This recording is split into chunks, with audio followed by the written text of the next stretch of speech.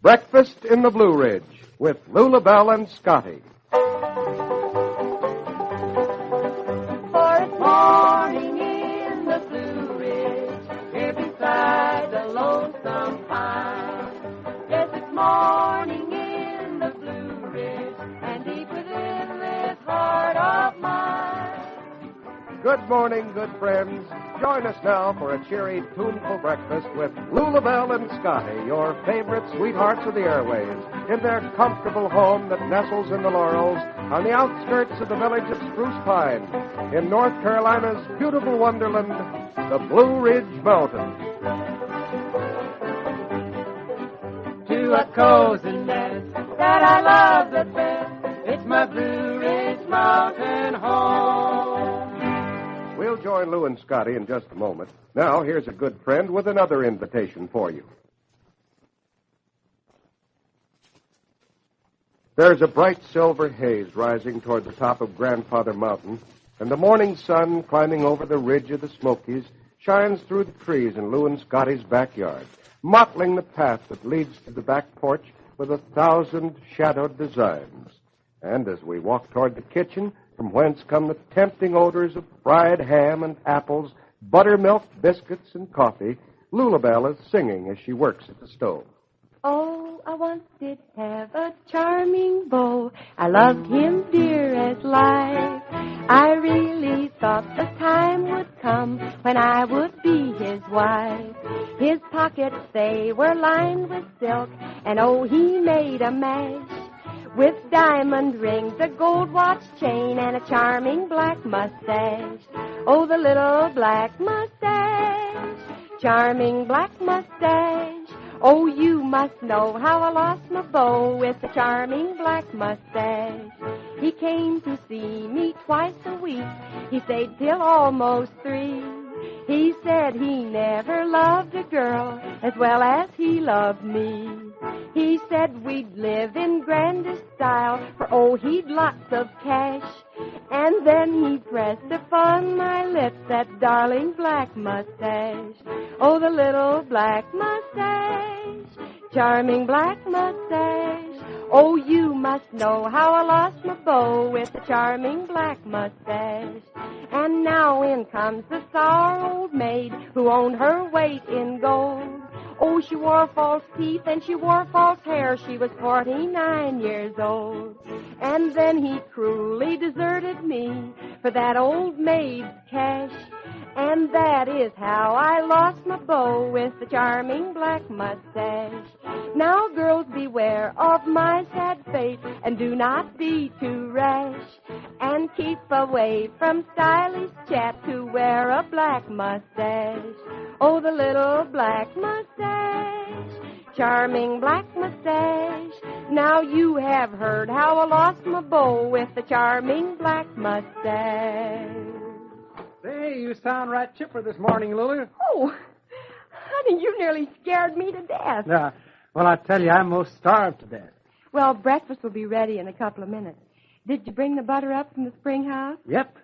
Say, what's this in this bowl here, butter? Now, listen, you just keep out of that, Scotty Wiseman. That's to be a cake for the box supper at the church on the ridge this evening. Oh, that's right. Tonight's the first supper to raise money for the Mew Community House. That reminds me, I've got to see Frank Phillips today down at the sawmill about the lumber for that building. Now, honey, if you go down there today, don't forget to ask him about some fence posts. Jed Laban's calf has been getting in our front yard again, something terrible. Oh, I won't. Say, the Reverend Mr. Clinton asked us if we'd sing a song or two for his party. Well, we always do. Land sakes, you'd think folks would be tired of hearing us by now, wouldn't you? Well, I guess it's just that they like the songs we do, Lula. You know, these folks never get tired of those songs. They've been singing them, and their grandpappers before them, and their grandpappers before that. But don't seem to be any of these newfangled musicians that can come up with anything better. Yeah, that's right, honey. The last really new composer these folks took to was Stephen Foster. Present company accepted, of course. Oh, no, I wouldn't say that. I don't know if you'd exactly call me a composer, Lily. I just sort of put to music some of the songs that seem to come natural from the folks in these mountains here. Well, suppose you plunk one out on your banjo while I set the table, and by that time we'll be all ready to eat. I can taste that ham and gravy now. Now, listen, you just get away from that skillet and get to your banjo, kid.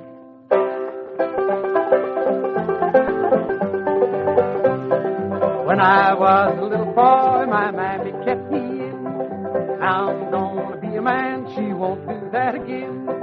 Don't little Pika for long, don't little Pika for long, don't little Pika for long, be that gal of mine.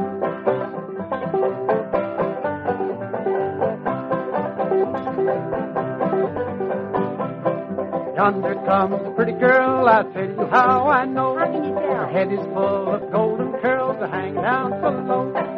Don't little Pika for long, don't little Pika for long, don't little Pika for long, be that gal of mine. You're picking good this morning, honey.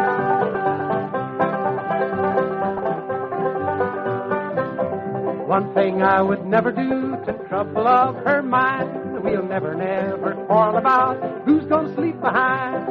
Don't little Pika for long, don't little Pika for long, don't little Pika for long, be that gal of mine.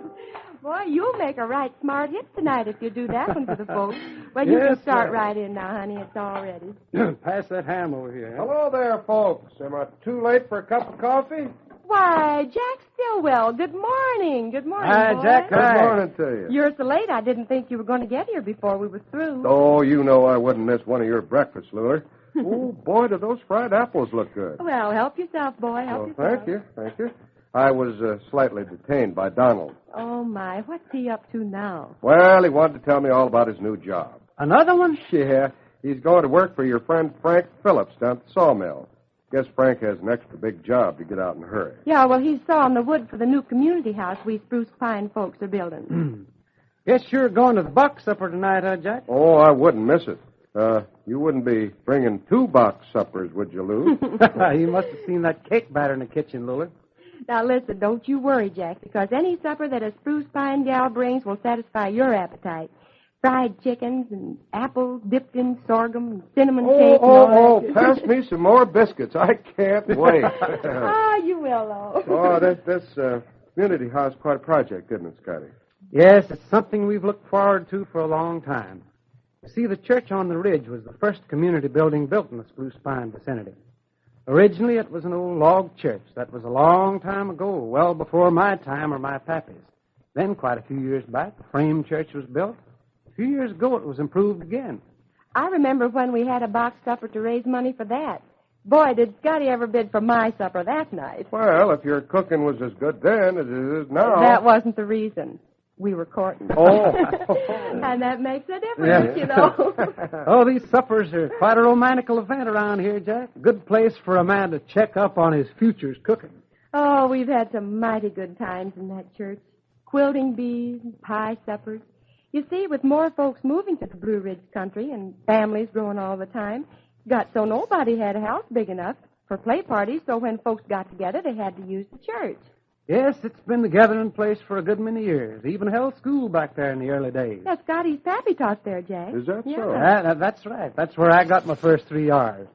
But now, with so many young folks back after the war and all, Spruce Pine needs another community center. Boy, it sure does.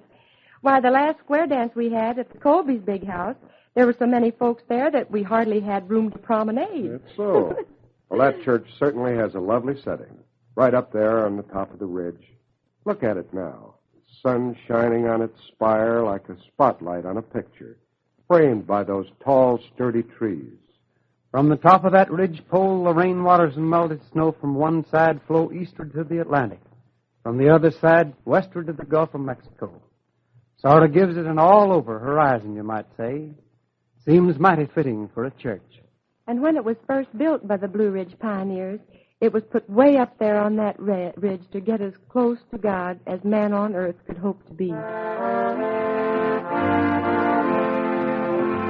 In just a moment, Lulu Belle and Scotty will be back to sing a fine old camp meeting song that might have been inspired by the church on the ridge. But first, here's a right good friend of yours.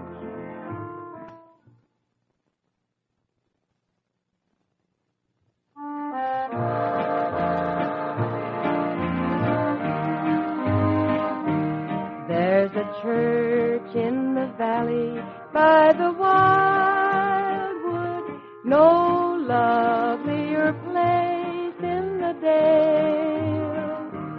No spot is so dear to my childhood as the little brown church in the vale. Oh, come to the church in the wildwood. Oh, come to the church in the dale.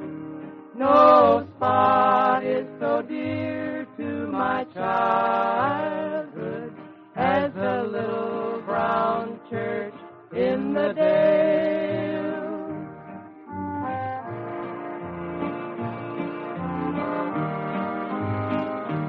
How sweet on a clear Sabbath morning to listen to the clear ringing bell.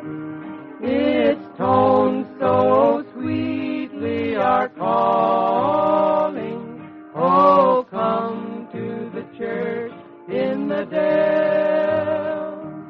Oh, come to the church in the wildwood. Oh, come to the church in the dale. No spot is so dear to my childhood as the little brown church in the dale. Oh, that was grand, kids, really. Well, Lula, time to do the dishes. Yep, see you right soon, folks. When it's morning in the Blue Ridge, here beside the lonesome pine. Yes, it's morning in the Blue Ridge, and deep within this heart of mine.